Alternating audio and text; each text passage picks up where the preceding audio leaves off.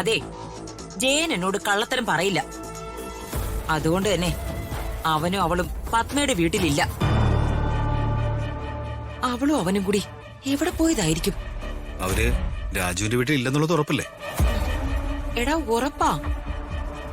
അവിടെ നമ്മുടെ പ്രധാന ന്യൂസ് ഏജൻസി ഇല്ലേ? അറിയാം, ആ എക്സ്പയറി ഡേറ്റ് കഴിഞ്ഞ കളവിയല്ലേ? ആ, അവരുടെ അക്കൗണ്ടിലേക്ക് തുടരെ തുടരെ എന്റെ കാശ് ചെല്ലുന്നതാ. കാശിന് ആർത്തിയുള്ള കിളവി നോണ പറയില്ല. എന്തായാലും അവൾ അവിടെ ഇല്ല. ശ്ശേ, എന്നാലും അവൾ എവിടെ പോയി?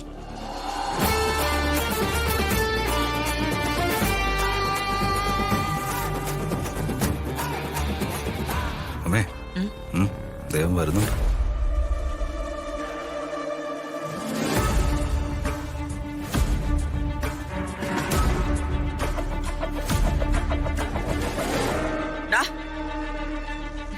എടാ രാജു,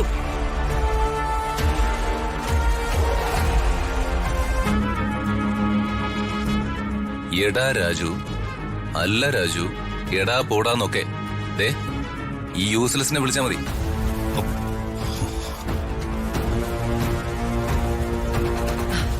ഞാൻ വളർത്തിയ കുട്ടിയാ ഋതിക. അവളുടെ ഭർത്താവില്ലെന്നുള്ള സ്വാതന്ത്ര്യം ഉപയോഗിച്ച് ഞാൻ വിളിച്ചു പോയതാ. വളർത്തിയ ചരിത്രം സ്വാതന്ത്ര്യമൊക്കെ ഋതികയുടെ അടുത്ത് കാണിച്ചാ മതി, എന്നോട് വേണ്ട. ആ പോട്ടെ രാജു, നിനക്ക് ഫീൽ ആയെങ്കിൽ സോറി. ശരി. മോനെ രാജു. മോനെന്നാണോ മീനെന്നാണോ എന്നെ വിളിച്ചത്? മോനേന്ന്. അല്ല, എനിക്കെന്താ അങ്ങനെ വിളിച്ചൂടെ? എന്റെ മോൻ തന്നെയാ നീ. ദേ, ഇവന്റെ പ്രായം നിനക്കുള്ളൂ. ഓക്കെ ഓക്കെ, അതിരിക്കട്ടെ. എന്തിനാ വിളിച്ചത്? അല്ല, നിങ്ങൾ ഇന്നലെ എവിടെയായിരുന്നു? അത് ശരി, ഒരിക്കലും വിചാരിക്കാതെ ആ മോൻ വന്ന് കയറിയപ്പോഴേ ഞാൻ കരുതിയതാ ഇതിലെന്തോ ഉണ്ടെന്ന്. അതുകൊണ്ടേ ഞങ്ങൾ ഇന്നലെ എവിടെ പോയി എന്നല്ലേ ചോദ്യം?